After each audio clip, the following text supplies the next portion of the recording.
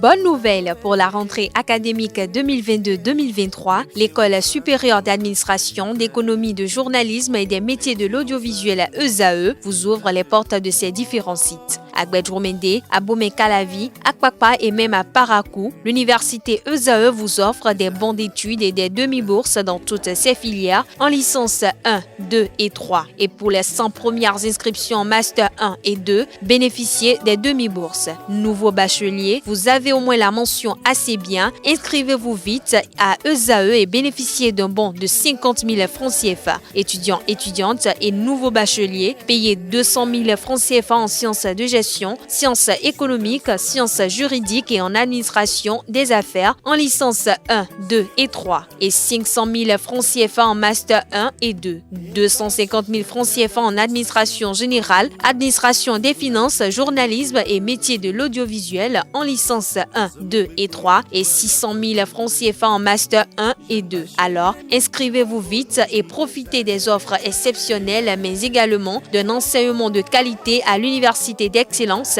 ESAE. Infoline 90 93 65 21 ou le 98 98 14 00. ESAE, l'excellence a un nom.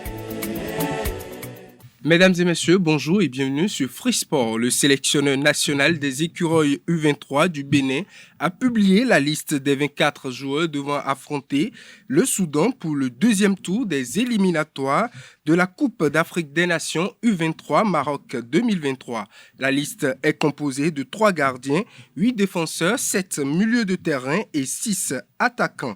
Bien renforcée, la liste compte en son sein des joueurs comme Videkon, Dacosta et bien d'autres. On note également le retour de Charbel Gomez. Le match est prévu pour le 23 octobre prochain. Parlons badminton à présent. Les badistes béninois et chinois ont célébré les noces d'or de la relation sino-béninoise à travers un Open le samedi dernier au Hall des Arts, Loisirs et Sports de Cotonou. La compétition s'est déroulée sous le regard de l'ambassadeur de la République populaire de Chine près le Bénin et du président de la Fédération béninoise de badminton. Un reportage, c'est Larios Adjagbenon et Richcad Torrent. 50 ans de coopération, un demi-siècle d'amitié et de partage entre deux peuples, la Chine et le Bénin. La célébration de ces noces d'or a eu lieu le 15 octobre 2022 autour d'un tournoi de badminton au Hall des Arts, Loisirs et Sports de Cotonou. Nous célébrons notre anniversaire de cette façon avec des compétitions.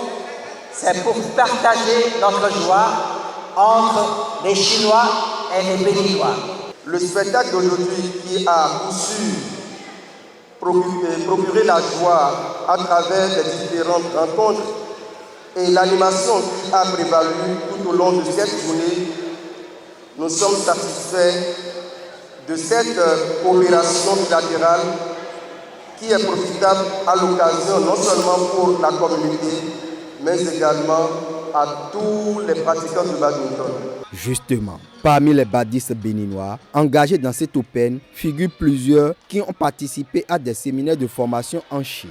Je suis ravi de voir que parmi les jeunes athlètes de badminton, surtout des jeunes lauriers, pas mal de jeunes amis ont suivi des formations en Chine.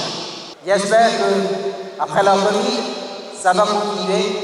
J'espère que dans le classement international, les athlètes béninois avancent dans les jours à venir. Sur les cours, le Bénin a remporté le match d'exhibition 3-2 devant la Chine.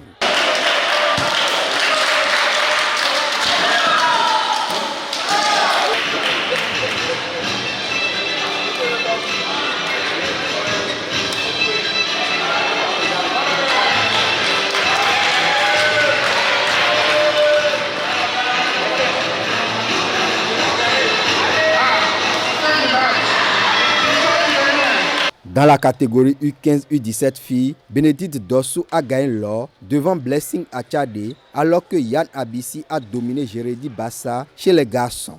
Au niveau des U19 seniors dames, Pernelle Fabossou est montée sur la plus haute marche du podium. Flora Kpogbe-Mambou et Hilary Fabossou complètent le podium. Chez les hommes, Carlos Panou a renversé Oswald Fano-Doche. Ça n'a pas été trop facile pour moi. Au début, elle me dominait très bien. J'ai gagné le premier set et le deuxième set aussi. J'avais très bien confiance en moi. Et j'avais aussi beaucoup de force. Je me disais qu'il fallait que je gagne ce match. Il fallait que je dois être la championne au fait. Et avec mes efforts, j'ai accompli. Il a gagné le premier set et le deuxième set. Je me suis vengé pour prendre un peu de force et j'ai pris le deuxième set. Après, le troisième set, je me suis donné un peu et j'ai fini par être champion. Trophées, médailles et motos, les meilleurs de la compétition ont été gratifiés. L'Open de badminton des 50 ans d'amitié Chine-Bénin ouvre une nouvelle ère de la relation entre les deux pays. Parlons transfert à présent. Le gardien de but Sheriff Dean Kakpo a fait son retour dans le championnat béninois. Il a en effet quitté Salitas Football Club pour rejoindre les Dynamo d'Abomey. Le joueur, le gardien de but, a ainsi rejoint le club royal pour les 2 prochaines saisons.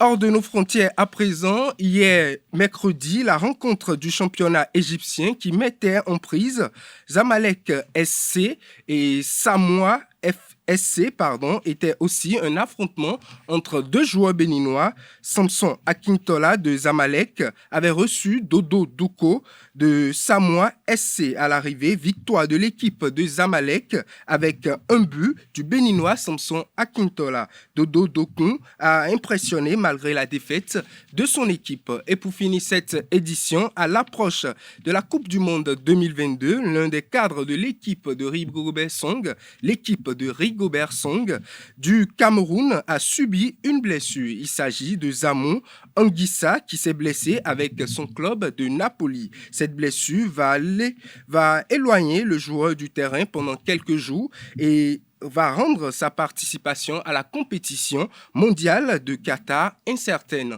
Mesdames et messieurs, c'est tout pour Free Sport de ce matin.